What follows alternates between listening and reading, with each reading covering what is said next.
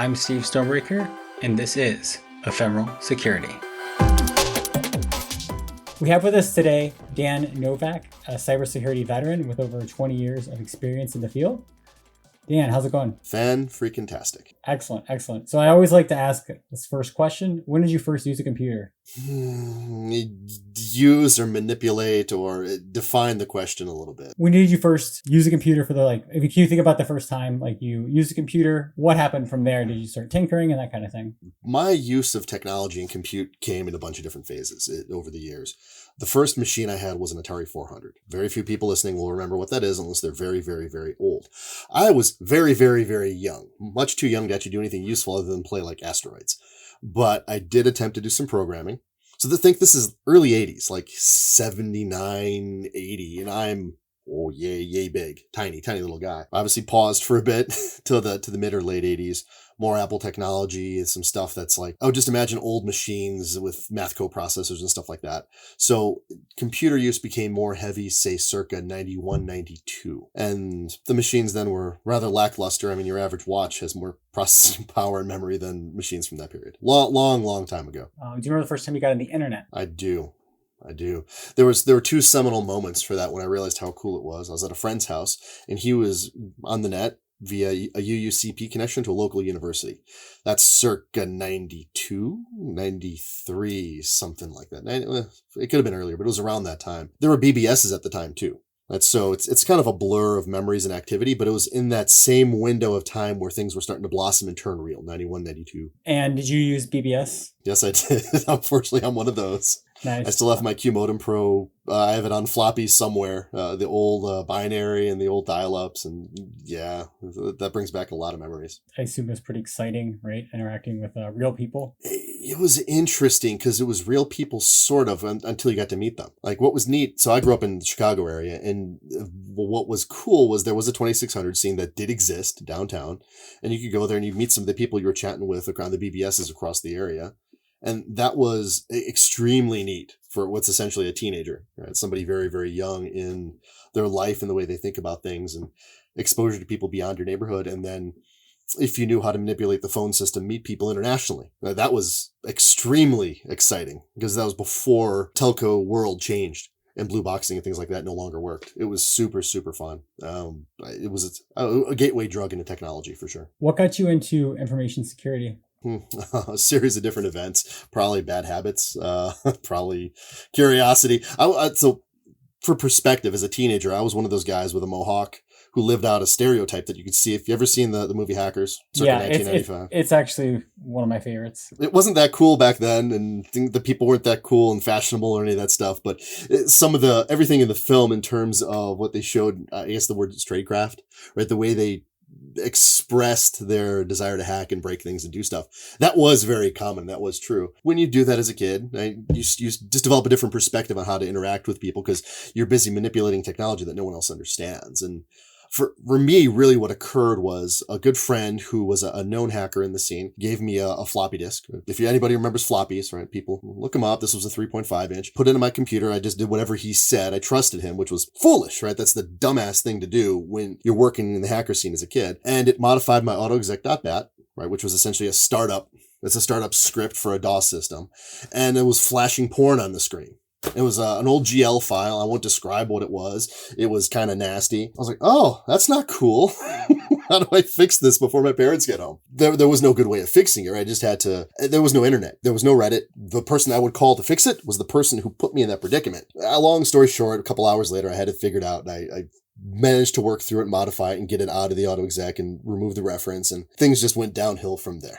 It was just messing with technology. And I mean, I'd always been interested in tech and how it worked and everything from radios to electronics.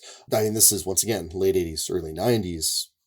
Tech wasn't super available, right? It simply wasn't there. It was not even at the high school level. It didn't exist. You would only find it in universities. So everything was self-learned and you're working with ghetto gear that you find in surplus places. I guess that's really the start, if you want to call that a start to information security, learning how to break stuff and break into things and fix your own stuff, right? It was just being capable of fixing your own problems, right? It had less to do with InfoSec or hacking. It was like, how do I get past this? You like tinkering with computers. You've also got, I know the term people say, oh, you got pwned. There's probably a better word for it.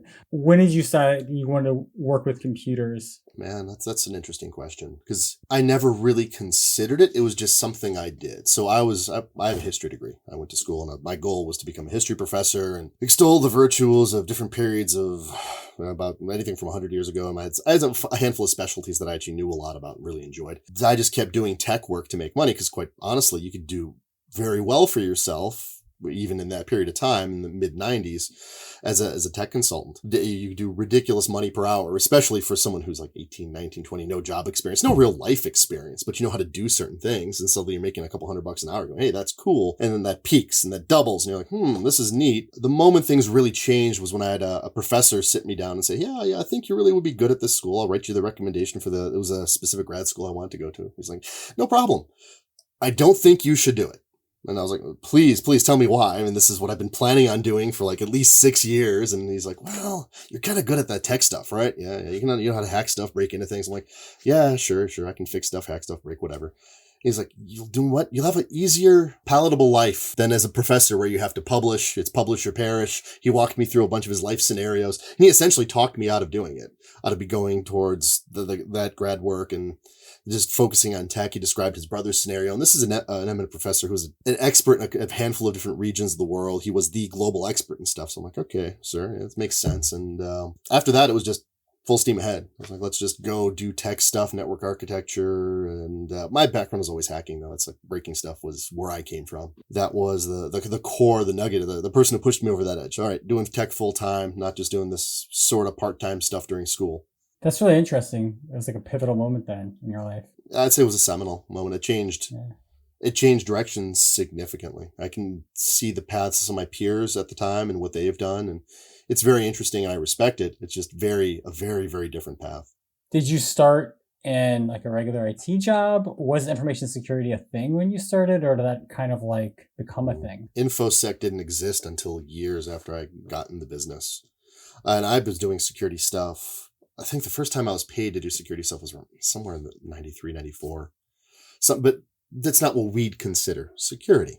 Right? You have to wrap your head around it. There was a different culture, a different world.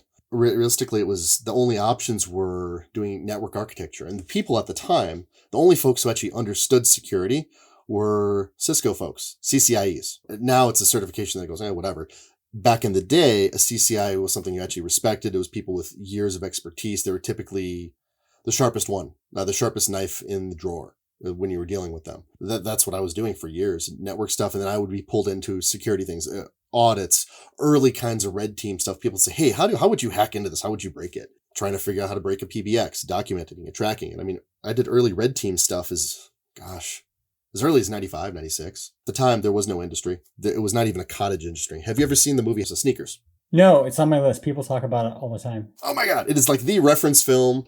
And I could say that's another thing that's like, here, I saw the film and I pivoted a lot in terms of what I wanted to do and work. That was 93, 94. Because they were doing very, very cool equivalent of nation grade, the hacking, red team stuff.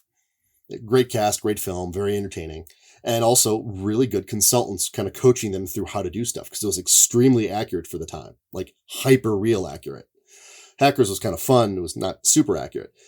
Sneakers, spot on. This industry didn't exist. And you could see the change in the culture, even at Defcon, where all of a sudden there's vendors. There's lots of money flowing. Things are different. It's not just a bunch of grizzly people in dirty t-shirts and a lot of a mix of bondage wear and camouflage. And it was a very, very strange experience. Have you ever been to Defcon? No, I'm actually going for the first time this year. Oh my gosh. Try to find some videos of what it looked like, say 20, 23, 24, 25 years ago at the Alexis Park even. It was a very different experience. And literally you could meet everyone in the industry in one room at one time. Wow. You get 90% of the industry there. It was surreal. It was such a cool time. Since we're talking about, I guess, the beginnings of the InfoSec industry, talk a little bit about the evolution of it, the InfoSec growing up more. I'm not sure how to wrap my head around it to this day, because it was the people who built the internet and who built crypto were folks who liked making trouble, really. They liked solving problems. They liked overcoming obstacles. The basic idea of the internet was you can route around any problem and things will continue to work. And that was the mentality of everyone at the time. Everyone was hands-on. Everyone picked things up, learned how to do things. Everyone had to rack a server at some point. Everyone had built a machine. Everyone did something. There was like weird rites of passage back in that day. It's a very, very different animal. And a lot of that is the maturity, right? In terms of when I came up in this industry, before it existed, it was not even in its infancy. It didn't exist, right? You know the term OSINT. Everyone uses it. Everyone thinks they know what it is. The only place you would hear that term circa, I'll say 95, because that's a great breaking point. Circa 1995 was with a handful of individuals at an agency, right? And they knew what it was and understood what it meant. The rest of the world had no clue. And same with the language that's used within InfoSec. None of that was present. None of that was present for us. It was all experiential. You had to pave your way as you went. And if you told somebody when you're going to a job interview, I'm a hacker, I do this, this, and this, it's, oh, you're a bad guy, you're going to shut down our business, and you're probably wanted by the feds. And it was everything had to be handled differently from, say, 95 to 99, even the early 2000s. There was very little room for error. And there was no one to coach you and tell you how to do it right. You had to figure it out for yourself. It was DIY as hell. And if there's any punk rockers listening, the InfoSec business, the hacking business, all that was the extreme expression of DIY back in the day. It still kind of is, but there's an industry wrapped around it. There's record labels. I remember when like the term hacker, like if someone was a hacker, it was like a bad thing. Then things kind of changed where, you put it on your LinkedIn and your resume now. People think, oh, okay, cool. I know what he does. I get where he's coming from. And there were debates about cracker versus hacker, black hat versus white hat, all that silliness. And it's like, well, there's just people who do things, right? There's some who do it with malice and try to make money on it. And there's some who do it for creative expression. At the end of the day, cybersecurity is all about, managing risk and stuff, right? And when you have like the Melissa virus and there's the Code Red, a lot of the big stuff that happened that kind of made companies say, oh, we should put some money into this, right? So that's the history we're kind of told, but having lived through Code Red and Blaster and Slammer and all these ridiculous worms of the early 2000s, it just confused people. They really didn't understand what was happening. There was no concept of why. There was no concept of adversary research outside of defense.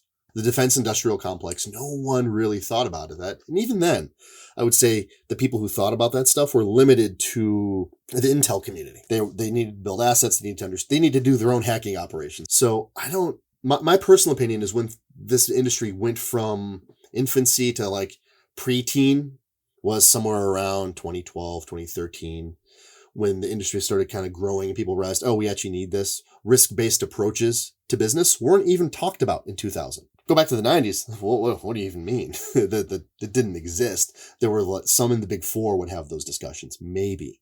Right? The C-level didn't communicate at that level back then. So it was IT directors trying to convince financial officers and CEOs what to do and how to do it. It was a very, very different time than it is now, where now you can argue, yeah, it's not taken seriously, blah, blah, blah, but there's funding, right? There's mandates, there's compliance requirements wrapped around things. You have to do stuff now. Then, if you just didn't know what's going on, you could plead ignorance and it wouldn't make the problem go away, but you wouldn't necessarily have to take the hard direct action required to fix certain issues or issues that are endemic, like patching your entire environment overnight because all your routers are affected by some particular vulnerability. No one would want to do it. They look for excuses not to.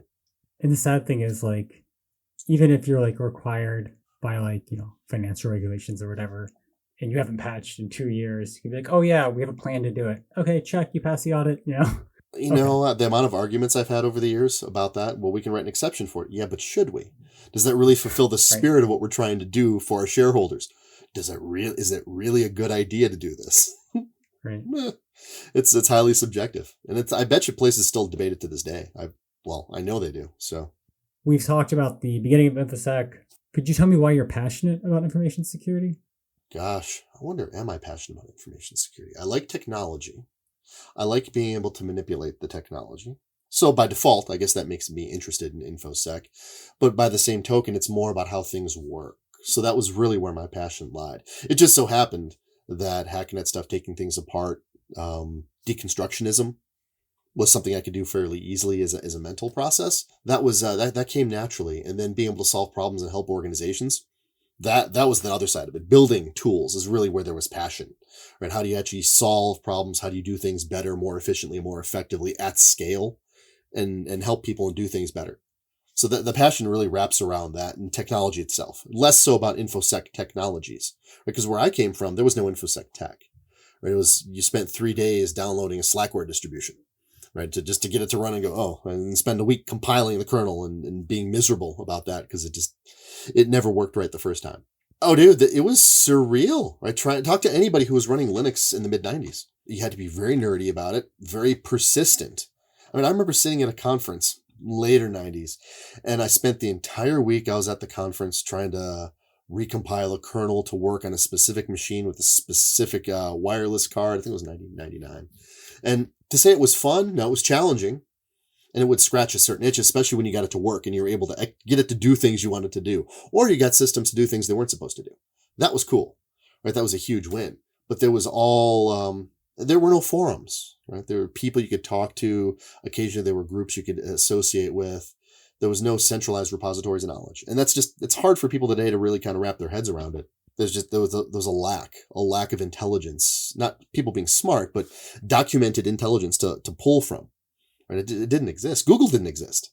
Think of how much changed with Google when people could look up how to fix things. How many systems admins were built once they can actually look up how to solve a problem versus just figuring it out because you know natively and you've been on a Unix box for 20 years and you have an idea of how to do stuff. Like, I mean, Stack Exchange, for as much as people get it shut, I mean, it's, for a time, it's very useful. And I still end up looking at answers in that sometimes. You have to kind of look through all the crap. There was no ChatGPT to give you an answer to something. Hey, write this snippet of code for me, steal it from these libraries that have been fed into you. And there was a novelty to it. And I guess that makes it exciting. And so if there's stuff out there that has novelty and mystery and secrecy, that's fun for me to do. So for me, this space, especially in the early years, even through its maturity, has been very, very interesting. And it's enabled a fun life. I mean, for that, I could say this has been a great space. How'd you get into threat intelligence? What is threat intelligence first for maybe people that don't know? So we're in a silo. We're in the cyber silo. And that's probably who people who are going to be listening. Threat intel is super, super old in terms of what it is. And I'm going to give layman's explanations. There are very nice clinical ones, and no one will remember a thing, so it's not worth doing. When you think about the world of intel, right, and you're trying to understand, imagine you're trying to defend a building. You're a bank, and it's 1870. Does it behoove you to know who the bad guys are in your community? Probably. Does it behoove you to know who Billy the Kid is and the other bank robbers that are operating in your region? Most certainly. You should know that. That's actual threat intelligence, right? Knowing when they're acting, having connections to the local sheriff's offices, paying people off in different areas to get intelligence about activities of bad guys, their plans, their motivations, what they're doing, how they operate, the weapons they carry, the horses they ride. All that factored in. That's why Pinkertons and a bunch of the security organizations at the time, they did very good intel work. They had to. That's how you prevented the break-in. Because all the security controls in the world don't stop an insider, and it doesn't stop an adversary who can overwhelm you with force, creativity, and skill. In my world, that's threat intel. And in terms of cyber threat intelligence, imagine all that stuff wrapped around the cyberspace. Right? For some folks, when they enter into the threat intel world, they think cyber means an IOC, an indicator of compromise. Others think it's all adversary intelligence, and it's a mix in between. It really depends on your level of maturity. Right. So as a generic expression of what a threat intel is, it generally means the collection analysis of info about potential cyber threats. And it comes from a bunch of different sources. Ideally, a single source threat intel feed, question that. Right. It really helps organizations kind of grasp, anticipate threats, plan for what's coming, make informed decisions, and tie that all to the business risk, something you said earlier. The cyber side, I mean, when you talk to an executive, how many C-levels have you talked to? You tell them threat intelligence, you give them some data about an IOC, they stare blankly, and they look at the next PowerPoint. It's what they do. They don't care. They care about business risk, and business risk only. What is TI? It depends upon the user. It depends upon their background, what they can consume, their maturity. When I deal with organizations where the cyber threat intel team popped out of defense, right? They worked as an S2 in some intel shop for some branch of the military, or they came out of some intel organization inside of the intel community globally. Doesn't that just have to be US? They have a different understanding of what CTI is, what it should look like, what reports should look like, how they should look, smell, and feel, than folks just coming grassroots into the business going, hey, I need intel. What does this mean? Give me a feed, right? The speed of the feed is what I need. That's a dangerous perspective to have, but there's a full spectrum within our industry. I'm sure you've seen it, just talking to people, going to conferences and working. Everyone's got a slightly different definition of what CTI is. And that's kind of a problem. I think a lot of it's like that in this space. You find like, oh, like what does vulnerability management like mean to you? You know, type of thing. Is it a scanner or is it a pen test? Have you helped companies build threat intelligence programs? Yeah, from the ground up. Companies, organizations, worked with governments, law enforcement organizations, trying to build intel programs. And then cyber intel programs is a separate component of a holistic system where everything's integrated. Because in the end, fraud could be part of intel. The moment you kind of put a silo, or corporations, they love putting silos, right? Think about how many times you've seen the network team separated from the cyber team, separated from access management. And they're all different organizations, different leadership structures. Is that a productive way to get stuff done? Not if you want to do it right. By not aggregating them, what they manage to do is they keep their processes, in theory, lean, and they keep their decision support system, how they get stuff done, moving fast. They want to make that channel quick. Fast does not necessarily equal good. Right? This hits one of my other things that's worth mentioning. Most organizations, especially in the last 5 years, when they're getting into CTI stuff or threat intel in general, they keep looking at quantitative measurements. They want KPIs and KRIs, and they want to be able to track how much junk that they're collecting. They don't look at anything qualitative.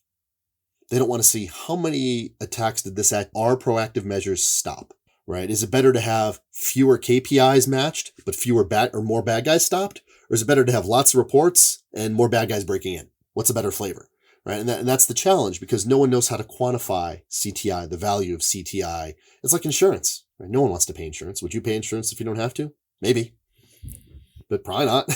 You probably get a crappier insurance, a lower level. It's an interesting conundrum, because it's something that's critical to a business, but we're not at a stage yet where everyone kind of understand where it fits in. Like when I started doing CTI stuff, that was earlier, 08, 09. Because in the end, if you're breaking into a building, let's go back 20 years, 25 years, 30 years to the mid 90s. When you're looking at, you're casing a building, you're casing a facility, you're trying to understand how you would actually break in to steal some components, some data, a book, whatever. You need to know when the guards are walking, what security systems they have, what technical controls they have on the outside, what's their response time to the police. That's all threat intel, right? It's intelligence about your target. So something I've harped on for years is the bad guys spend as much time, or more time probably, figuring out how to target you than you do figuring out who the heck they are and their capabilities. So that's one of those nasty things that people don't like to think about or talk about. And to do anything effectively, you need intelligence. You need to understand the business process, the risks, how to do stuff. And for me, that's been a part of doing work for the greater portion of like 25 years, at least. Intel is it's baked into some of the stuff we do. People just don't realize it. Like, have you ever done any reconnaissance work on the outside of a network? Did like a pre-pen test kind of thing? Yeah, OSINT. It's called OSINT, but is it reconnaissance? Is it gathering intel? Yeah, I mean, I'll check their DNS records and see if I can find any historical data, right? Any IP addresses associated with them, any information on the ports that are open, what services they may be running, et cetera, et cetera. Google Dorks.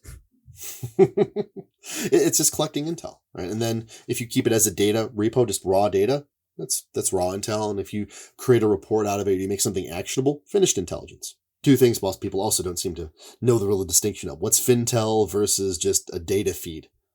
Is an IOC useful inherently?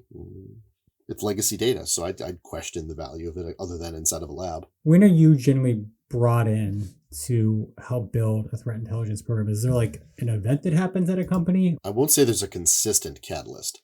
There's always an event, a precursor. Sometimes it could be someone on the board reads an article in a magazine and thinks something's cool. And they say, go forth, conquer, make it happen. But there's no actual understanding of what the business is, right? If the business doesn't have a data classification program, they're probably going to have trouble doing intelligence because you don't know the value of what you have, where it sits, how it moves, where it's placed. There's all these little factoids that kind of go into that. So in sum, there's a precipitating event. It's typically not positive. There's usually something bad that occurred. They may or may not tell you about it. It all depends on the nature of your relationship with the business. And they'll say, hey, we need help building this program. We need help building some deception stuff into it. We're trying to wrap our heads around it. And oftentimes that it might be a secondary part to just a basic ERA, an enterprise risk assessment, where you walk in and you look at what are the problems with an organization, you kind of document them, and you realize they don't have an intelligence function. They have no capacity to consume intelligence. And in those instances, you point them to an external provider, someone who can actually help them handle it while they're trying to build the program. In general, it's never anything positive. Security things happen because negative events occur. Think about when does budget open up? When do the purse strings open up? Is it post-breach or is it before breach? People either need a close call or they need a breach usually. Or 2 or 3. It's unfortunately, I've seen it like that. Here's our 5th. All right, maybe it's time. And it's funny because on the nerd side of things, nobody wants to talk about public relations. It's just not, it's outside of silo. The one thing I've preached for many, many years is we have to bring people in to do cross-domain work. Right? Bring people in from different disciplines who kind of understand how the world works. Maybe bring in a biology specialist, right, who actually knows some tech. Don't just focus on the pure cyber people. Can they speak business risk? Sometimes. I mean, but those people are very rare. They focus on what they're interested in, which tends to be hyper nuanced technological factoids, which in terms of business operations, it's not a compelling thing for people. So you talked about deception stuff. Can you elaborate on that? Oh gosh, I shouldn't have opened my mouth about that. So deception tech, deception operations it's a concept that's as old as military intel, right? It's old as intel. You're trying to convince someone that something isn't what it is, but it is what it is, and you're trying to drive them in a specific direction. Like in terms of cyber, some of the oldest tech that exists was like honeypots, the HoneyNet project by Lance Spitzman, like from 1 million years ago. Well, maybe not 1 million, like 20. Those are all very interesting solutions. So essentially, people would build technology and put it into an environment, making sure it was hackable in very specific ways so you could track the behaviors and operational procedures of the specific bad guys coming after you. While that's cool and all, what happens when the bad guys can profile your technology? It's ineffective. You're using a microscope to look at something, which is cool, but the bad guys are operating over here, ignoring your HoneyNet. This industry comes in cycles. There was some deception stuff discussed in the early to mid 90s. And it came back a decade later with the HoneyNet project. And again, there was deception tech stuff that started up around, I'm going to throw a dart, 2015, 2016. And it comes back like every decade, it seems. And the basic idea is you'd want to create an environment, be it technical or political. We can touch on that later if you want. But the political side is probably the more effective one. A technical solution that you put in place, that honey tokens where you have, there's so many ways it could go, but a honey token or something that's a canary, or when somebody touches it, it opens up, it beacons back home when a document's been exfiltrated. Deception tech is usually some mixture of honey tokens, canaries, and honey nets, and sometimes entirely false infrastructure.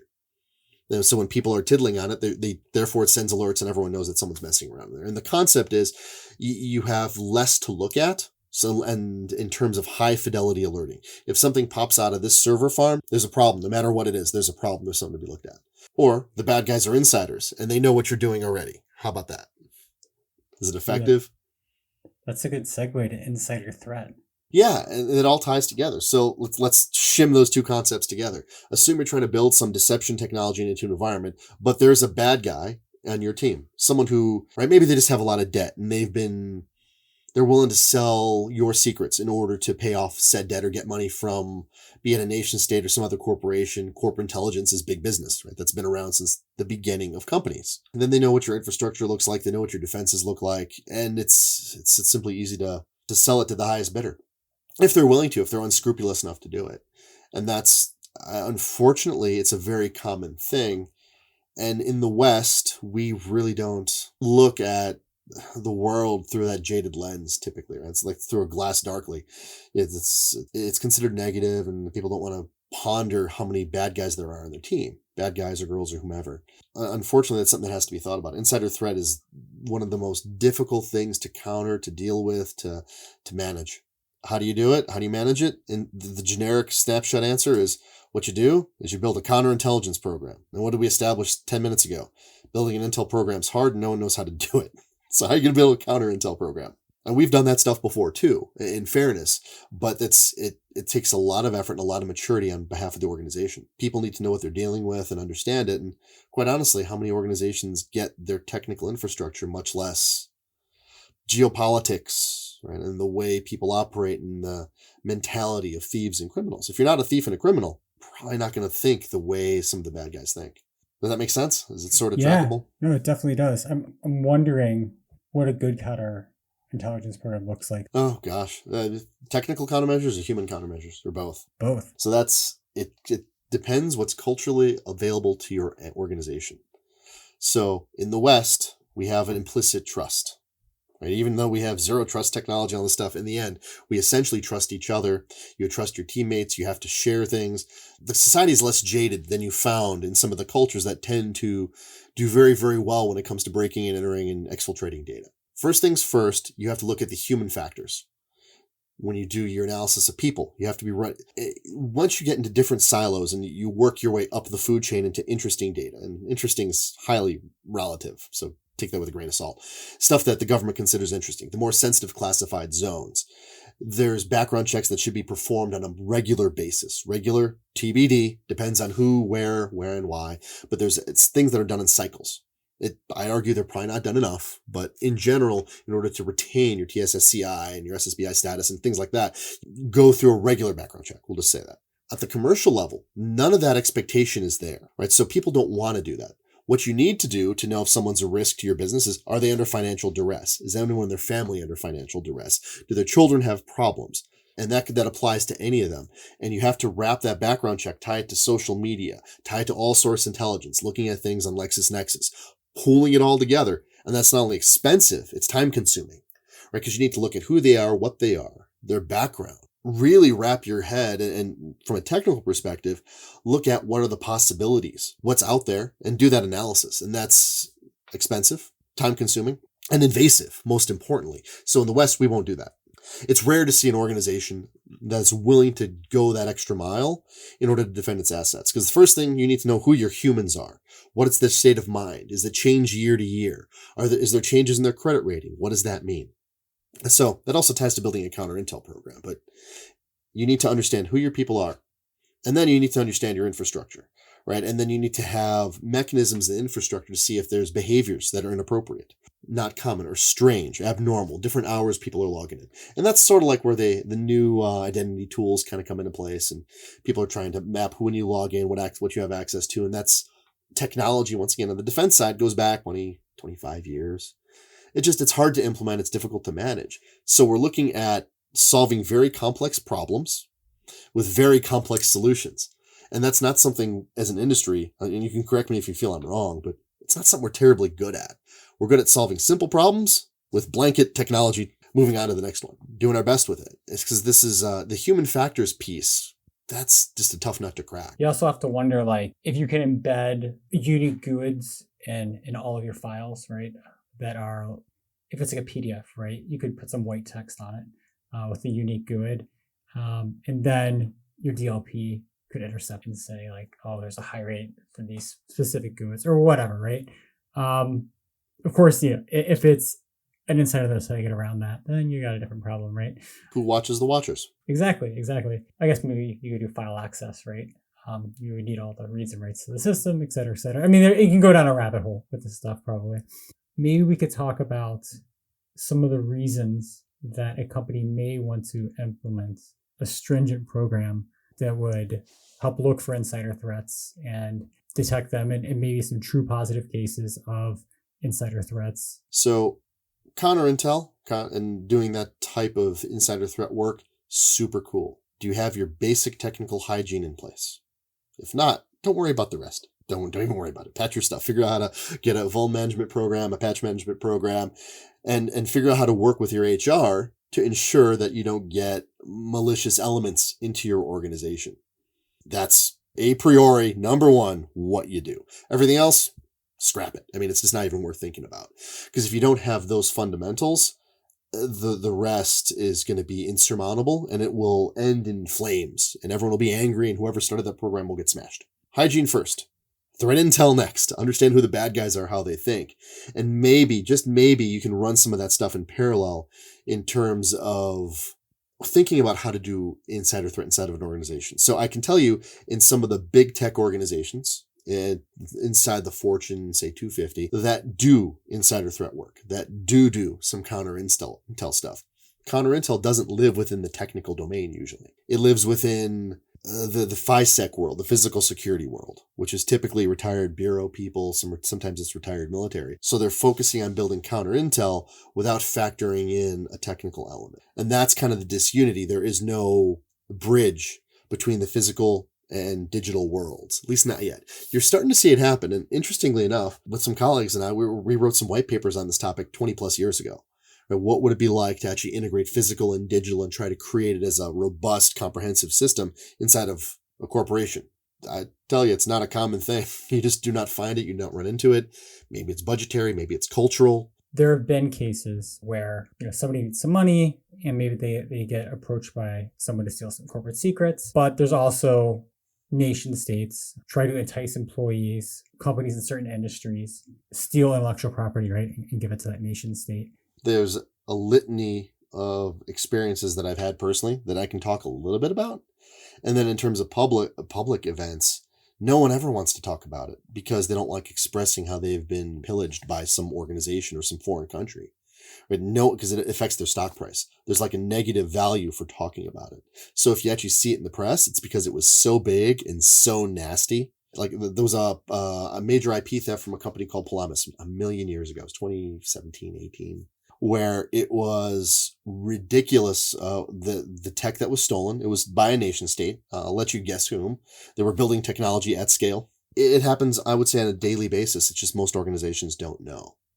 So the question is, are you worried about espionage and theft or destructive attacks? Right? That takes us down the NotPetya route with what happened to Maersk back in 2017. Back in the day, it was an assumption that ransomware was entirely run by criminal operators. And that's a fair assessment for most situations, except when it's not.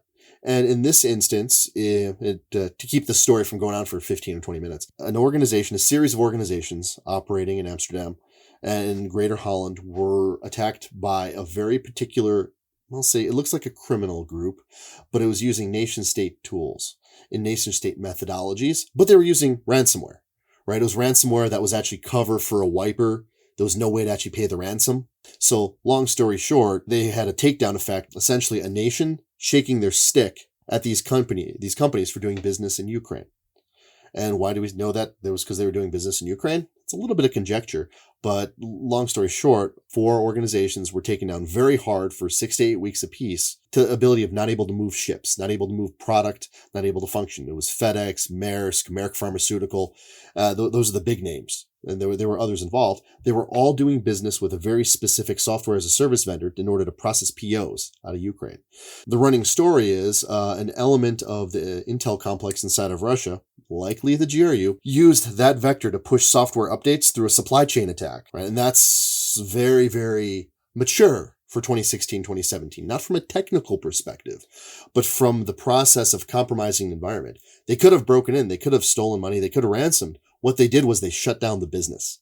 Right? They caused billions and billions of dollars of damage when you look across all the different entities that were affected. That is an effective show of force. Right? And the beauty of it is, from a nation state perspective, if, say, hypothetically, this was Russia, if they had done it as a nation as opposed to a criminal element, it might spark up Article 5. It very well might create war where an attack on one is an attack on all, and NATO has to respond against Russia.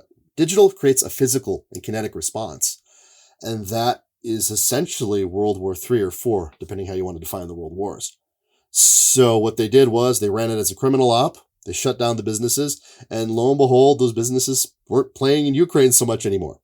Right? They created a desired effect, which it's a convoluted way of saying they influenced will, right? That could be considered terrorism under some definitions, right? You're affecting political will through acts of violence. We're living in a weird time and things haven't gotten more sane since then. That was just the crossing of the Rubicon. It's the first time something happened at that scale where everybody knew about it. There's numerous articles you could read about any of these topics. Anyone who's curious, just look up NotPetya.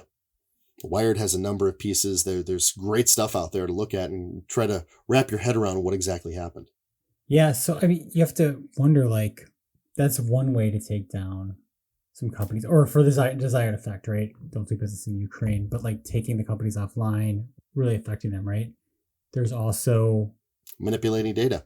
Imagine that you break in and you change information sets inside their core accounting system, right? That's subtle. It's interesting. Or how about better yet, you go after a company right before they have to do their right before they do their SEC filings.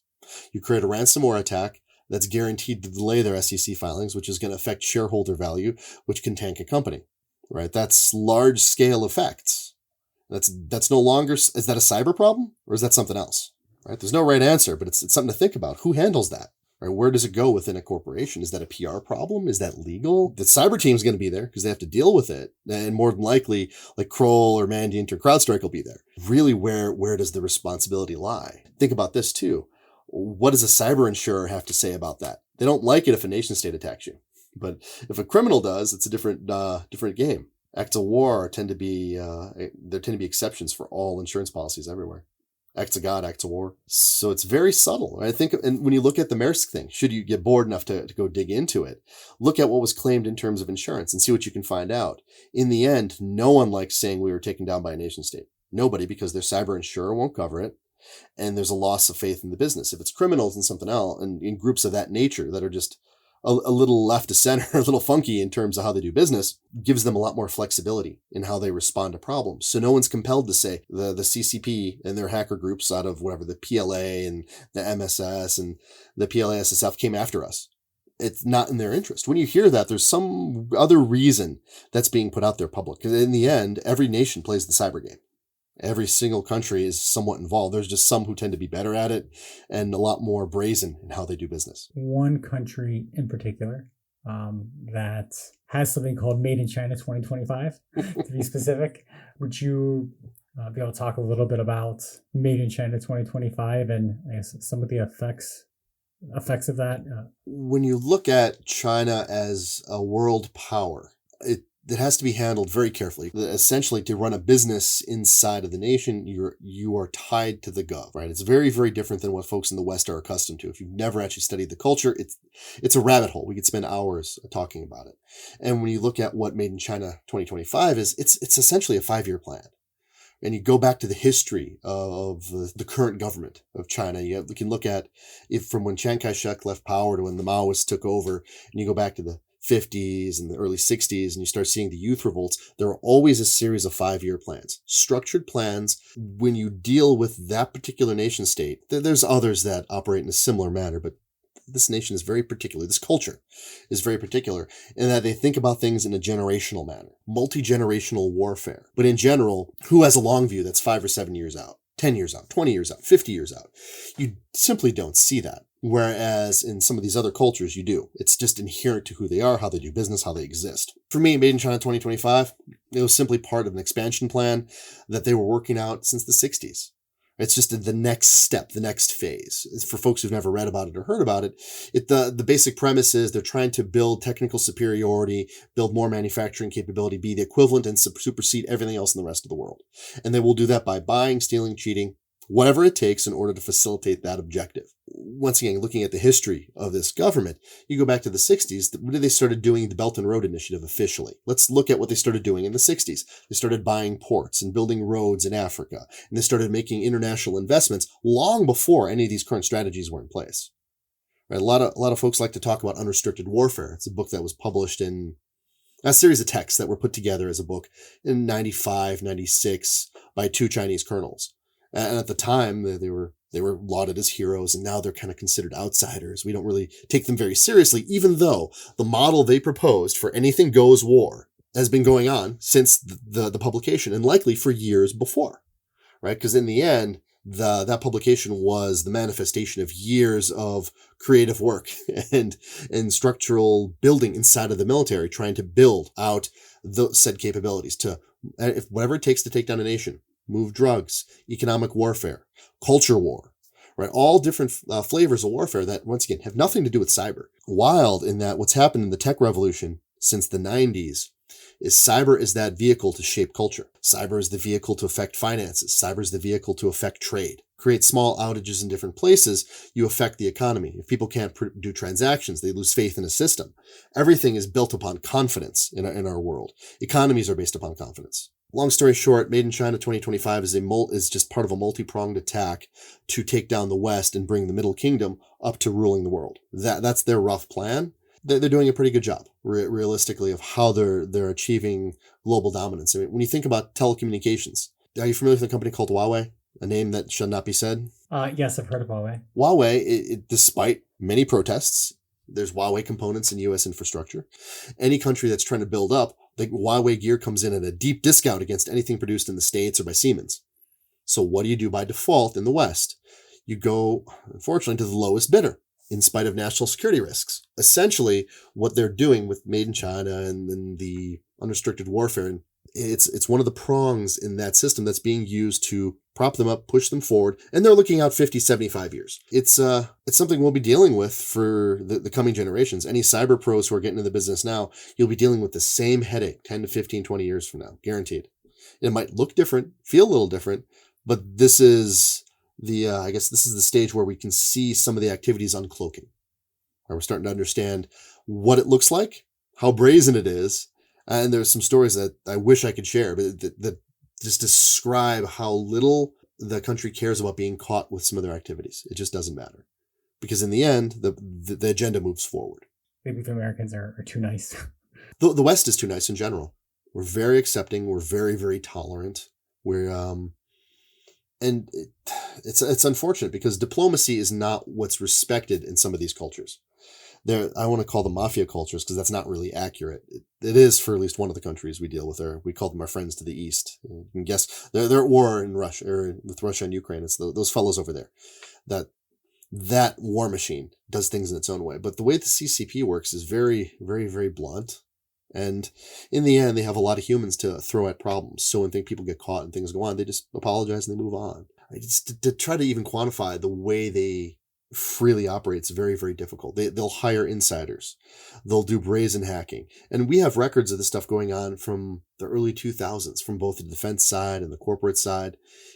You can spend 30 seconds Googling and come up with 30 stories, different types of approaches they've done. And most organizations, like in the West, we're nice, don't want to acknowledge what the root of the problem is, right? In the end, if it's possible that you have an insider planting bugs, be they cyber or physical. For example, in one instance of something I was brought in on, there was, did you ever read any of the Snowden documents or the stuff that came out? Yeah, at the time, I wasn't allowed to. I did read them, and they were very interesting. They're very curious, right? And then you start seeing some of the manuals from the Vault 7. You start seeing some of the capabilities. Okay, that's what we can do. Cool. Great. I support American dominance. That's cool. But then you look at what the rest of the world can do. They have identical technologies. So there was one instance of a case where it was IP theft. It was a semiconductor company. And there's so many pieces of the puzzle. It'd be hard to go into. But just to give a couple bullet points, the American semiconductor company shared a facility with a Chinese contractor that was also in the semiconductor industry. Same building, same physical plant, same network infrastructure, same fiber plant. So there was also interesting gear inside of their network core. They also had retroreflectors put inside of their infrastructure in their main office meeting. What is that? That's a plant that when it has directed energy hit it through the window, it repeats back everything that's being spoken in the room. It's essentially an active mic. It turns into a hot mic when someone points a laser at it, right? Not super advanced technology, but pretty dang advanced when you think about it from an espionage perspective. And how many folks, at least in the cyberspace, know how to think about that as a problem when they're walking into the room? Look at the plant, see what it's made of. Are there shards of metal inside of the pot? And interesting factoid in this instance, where did that pot come from where the plant was? The plant was put there by a cleaning company that was also owned by a Chinese national.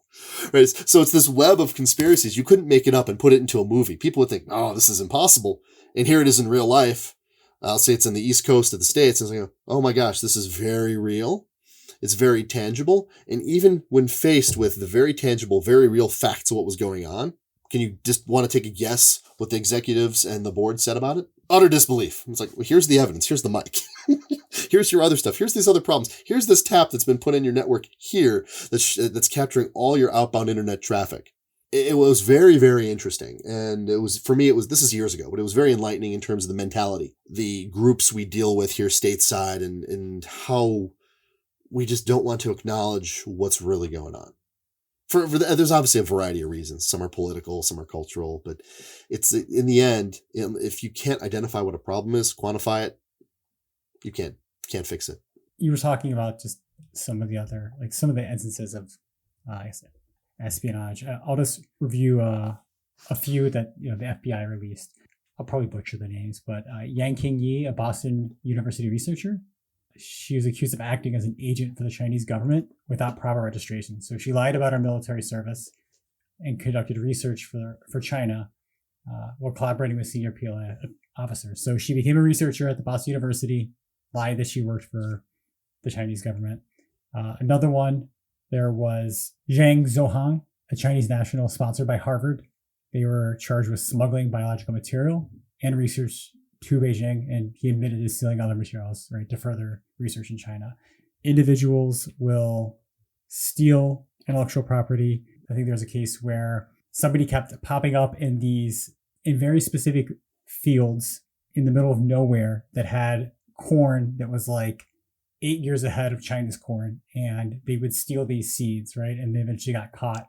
But things like that do happen. They do align with this Made in China 2025, right? The different industries. There is a semiconductor company, American Superconductor, and they exported wind turbines to the People's Republic of China. And eventually China, they didn't have the software. They had the turbines, but they didn't have the software to run them. And so they eventually figured out how to steal that software, run the turbines on their own, and they dropped the contract with American Superconductor. And that was like 80% of their business, right? Personally, having run a small consultancy, also worked at some giant places, seen this stuff 20, 30, 40 times, this type of activity. As a lone individual and as a small business owner, all the above have kind of come into my world on a regular basis. Typically indicates, yeah, you're either working in a weird space and you have a very unique clientele, which that's fair, but it also means the problem is much larger than we recognize. And that alone is worthy of consideration. Something that gets often forgotten when you think about like what motivates these people to do it. Right? There's a couple sides to that, which is always so very, very convoluted. But like, is it malice? Do they hate the U.S.? Are they just trying to make money? Or perhaps they have family on the mainland or somewhere in China that are under duress until they do what's required of them. It could be any one of those options, right? Duress, intent, enjoyment. And oftentimes, at least from what I hear, people try to compare the transplants coming here from China similar to the individuals coming over from the USSR in the 70s, 80s, and even early 90s after the Soviet Union had collapsed. And the main distinction that has to really be made is that the people typically who were coming out of the USSR were fleeing. So they really didn't appreciate or like the political ideology that they were living under. They came here for a reason. Of course, some percentage of them were probably spies. It is what it is. But when you look at and consider the culture in China, you have many people who come over who they want to live in China, that they want to go back to the mothership after they're done what they're told. It's a different philosophy, a different business approach. It's a different people, right? Different mentality. And we have to treat it as such and not get lost in the details or we have to consider what is the effect, right? By the fruits you shall know them. What are the fruits of their labor? It's all the stuff you just described. This handful of things which represents some small fraction of what's really going on. And that indicates that the problem's endemic. When you look at the Confucius Institute or the 1,000 Talents programs, which are all like long discussions on their own, they're all manifestations of the CCP trying to establish dominance around the world, cultural dominance, trying to put people from one place to another and establish their version of cultural supremacy and push their agenda through business, through culture, through shared knowledge. I mean, is TikTok a good thing or a bad thing? What do you think of it? I personally don't use TikTok. I've certainly heard a lot about it in terms of people not liking it. I don't think you should have app tracking on. Are they collecting anything more than American companies are collecting? I would certainly be suspicious of giving that data to ByteDance, knowing that ByteDance, works with the PLA, right? And you have to wonder, I mean, what's the use case for it? If you look at, in the end, total information dominance, the goal is generational. They know people's life stories from birth till death, the way they move. It's all dancing, talking, biometric data. And it's all being stored somewhere offshore. Or once again, there's something here, there's something there, things are moved in different places. It's an interesting dynamic. And what it is it's capitalizing on culture. Right? The Soviets used to joke about how the way they would beat Americans is through their freedom. Right? Through the ability to share and do stuff. And in the end, they didn't pull it off necessarily. But here we are, a nation-state entity that operates in a similar manner. It's a little different. The Maoists are definitely their own breed, doing the same thing, trying to attack us through our ability to come be a student here, come work programs, come join our culture, learn. And it's a different people, different mentality. So there's almost very little you can do to compare them to the expats who left the Soviet Union, the Poles and the Romanians and the Bulgarians who all got the heck out. This is not for me. I don't like this. They typically didn't go back. Right? In this instance, there's a free flow between the two, which is it's confusing, right? It's difficult and it's hard to wrap, once again, as a trusting culture where what is America? It's Chevy, apple pie, Coca-Cola. It's this handful of things, McDonald's. We have this concept of what's good and what's right and that everyone's forthright. And unfortunately, the world doesn't operate in that same manner. So I'm going to pull on this thread, this TikTok thread that you brought up, and the data storage stuff. So if there is all this data stored offshore, let's say in China, about the way Americans talk, move, think, whatever, now that real-time deep fakes, right, it might be possible for somebody to get a full-time remote job and to be able to proxy your geolocation and basically act like you're an American employee, right? Talk like an American employee and just be stealing data, right? And you could actually be the Chinese government working in American companies remotely, and you'll talk just like an American, right? And you have their mannerisms, etc. Nothing you've said sounds crazy if you think about the scale. Thousands of people, dedicated facilities, dedicated centers. They could actually, why even have to proxy your location? You could have people here set up a system and it could be a physical proxy. You don't use VPNs or use people here to do it too. You pay them a lot less. There was an interview I came across by he's a war correspondent named Michael Yan. Interesting fellow. He was a 80s Green Beret and he's been doing war correspondence pretty much since the mid-90s. He's been, gosh, I think in 180 different conflict zones. Don't hold me to that number, but it's some ridiculous number.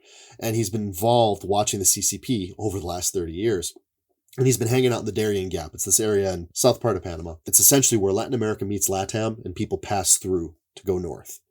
And one night he met this fellow who identified as a Chinese spy. It's worthy of a video, quick review for anybody here. We can Michael Yan, Chinese spy. You'll find something on Rumble or on possibly even on YouTube. But the guy's accent was very, very distinct. It was an American accent, even though he'd never been to the States. Perfect accent. He could have come out of Southern California or the Midwest. You'd be like, well, that's interesting. How did you get that unique? I watched a lot of TV, was his response. Right. So, and that's a single individual. Meanwhile, there's thousands passing through essentially unchecked. It's an attack on many fronts. Right. Once again, unlimited warfare, that concept. Everything you said in terms of a hypothetical, why the heck not? When you can actually profile the AI to produce voice of that and use idioms. Because in the end, how do you figure out if somebody's not from where they say they are? They're using the wrong language constructs. They say things in an idiomatic way that doesn't make sense for the region. It's a cultural piece. If you can map all that out, because you know people's geolocation, who their friends are, their human networks, all that becomes, I won't say trivial, but it becomes very, very possible. Right? The magic of the AI is you can do some of that stuff at scale. We couldn't do it at scale 10 or 15 years ago. In a possible fictional future.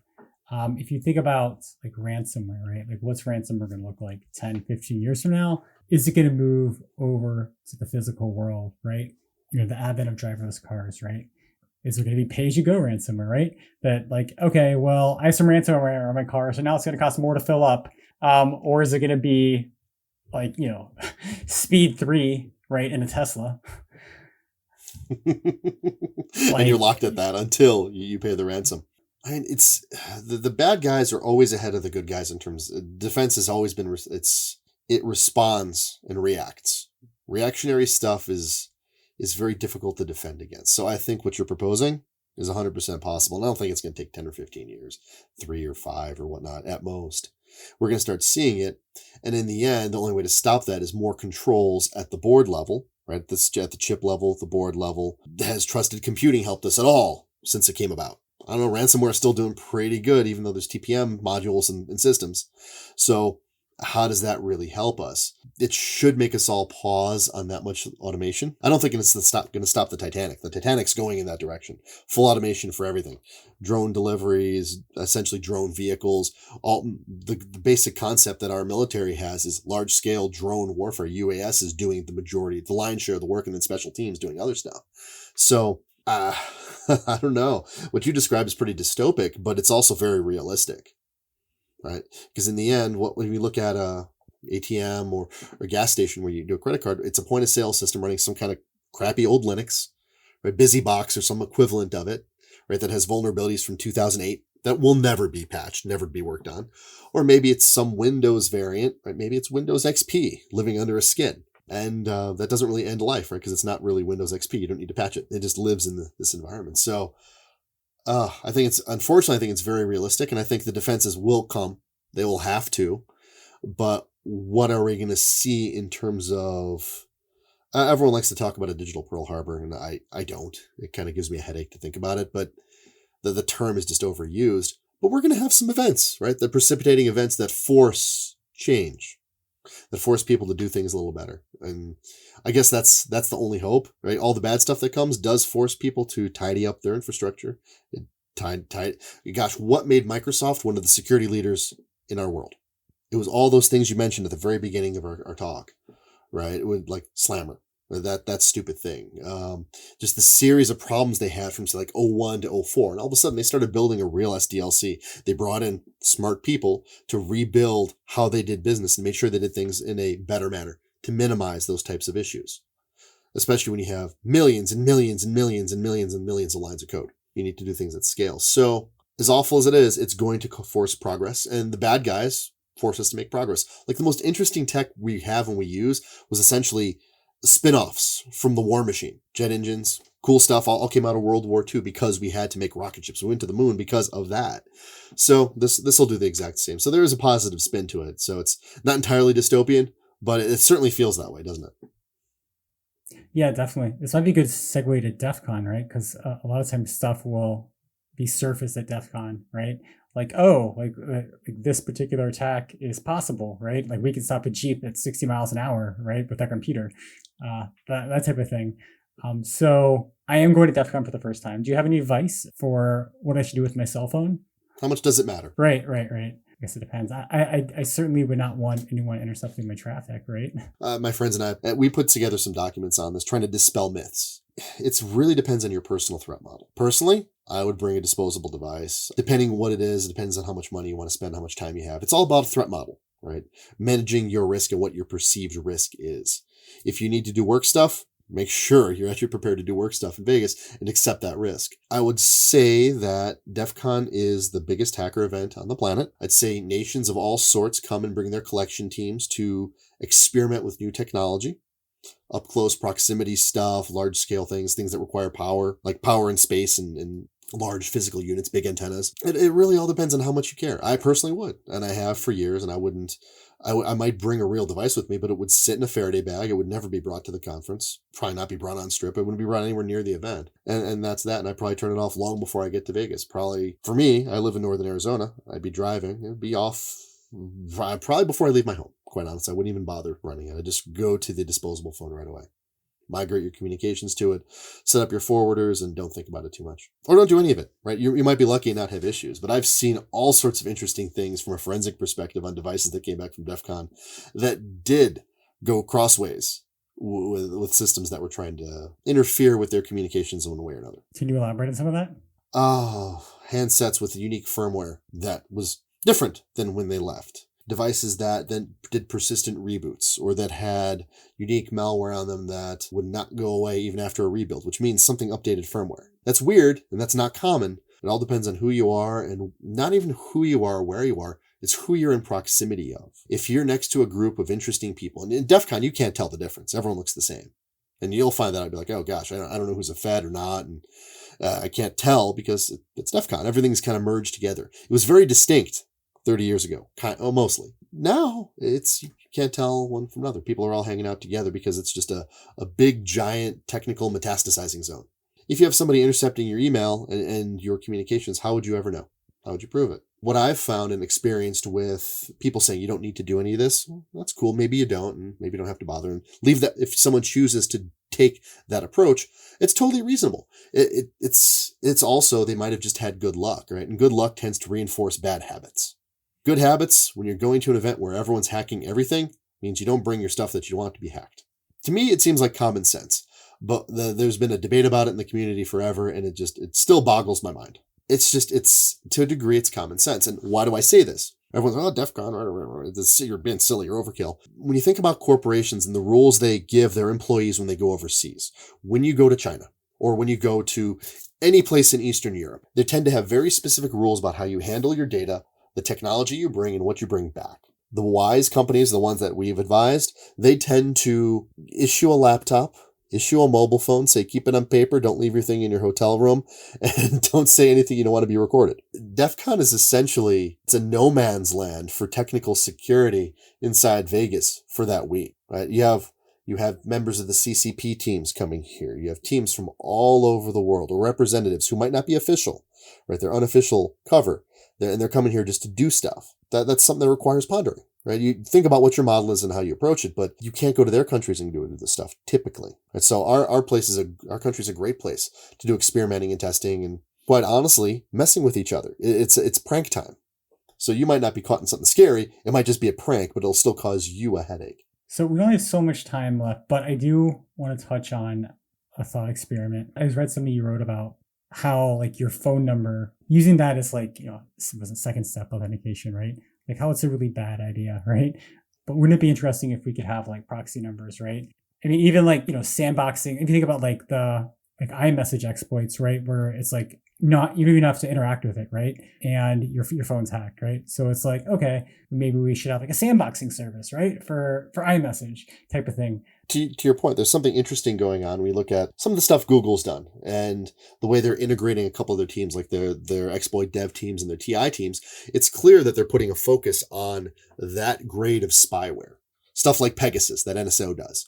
And that technology, it's very targeted. It works on iOS. You don't have to touch it. The basic rule is don't click anything. Well, what happens if you don't have to click it? All they need is your phone number or your iMessage ID. How do you defend against that? You need a layer before it. Right, like you're saying, a proxy system. But do you want that? What's the implication of that layer of proxy system? There are privacy implications to that too. And I tend to think you're right. That is a path forward to deal with those types of attacks. Think about how many messages go through that system. Is it possible to do that? Right? How do you identify attacks? You need to be doing stuff at wire speed at that point, at the application layer and at wire speed, which means you're also decrypting stuff because you're looking at what's going on inside the message stream, right? Inside the transport. Possible? Totally. There's a cost to doing it. And the cost is going to be compute, right? And that's raises the physical cost of product. It's an interesting concept, but there's no good way to deal with a lot of these problems because they're, once again, Western society, global society, you give your phone number to everybody. Nation states have mechanisms of attacking your number and your physical device by simply having your phone number. And that's something that doesn't get discussed much and doesn't get really thought through because for one, nobody wants to hear about it. It's like, because there's no good defense. Don't give me the problems unless you have a solution. What's the solution for this one? It's how the global telecommunications infrastructure is architected. How do we solve that?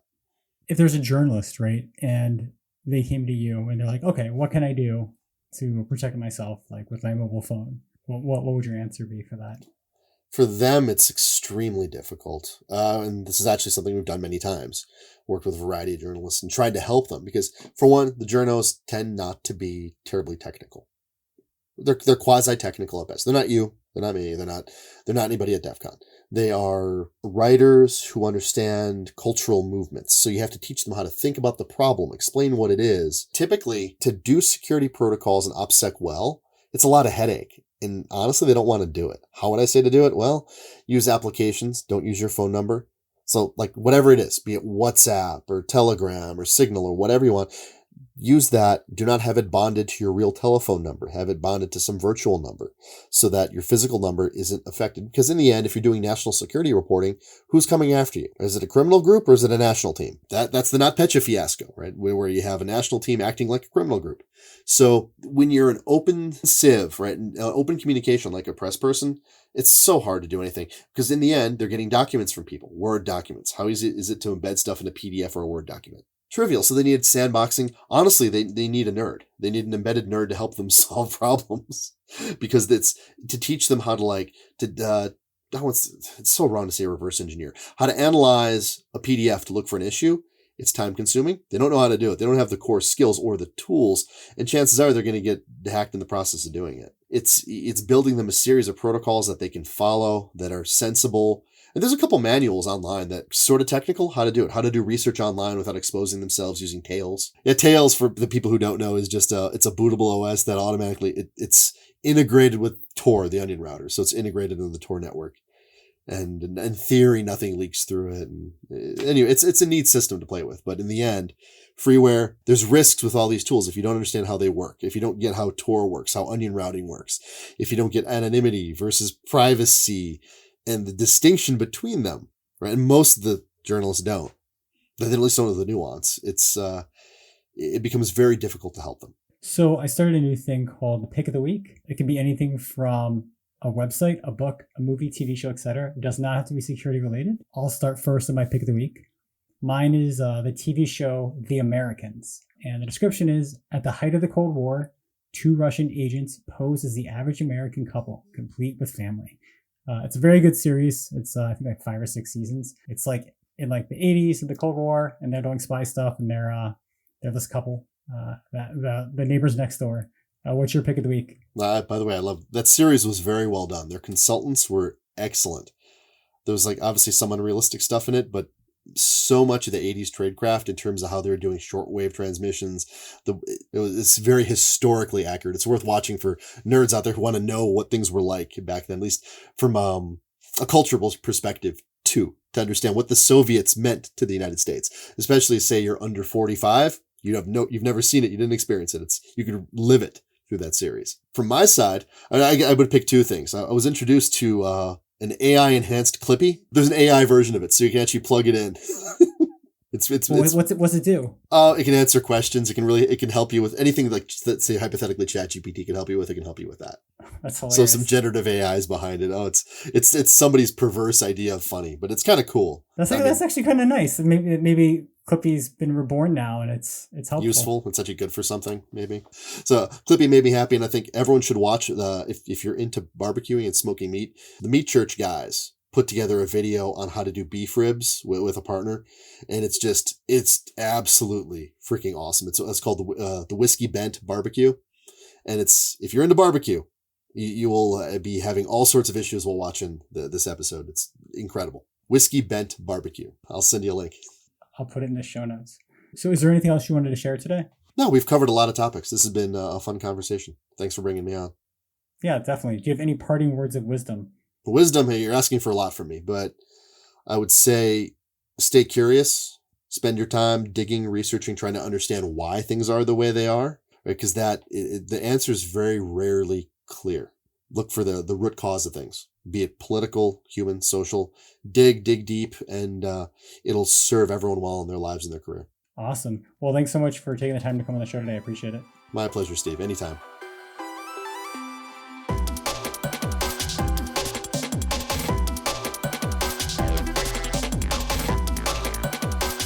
If you liked the episode today and would like to help support us, please hit subscribe, drop us a review, or share it with your friends. Thanks.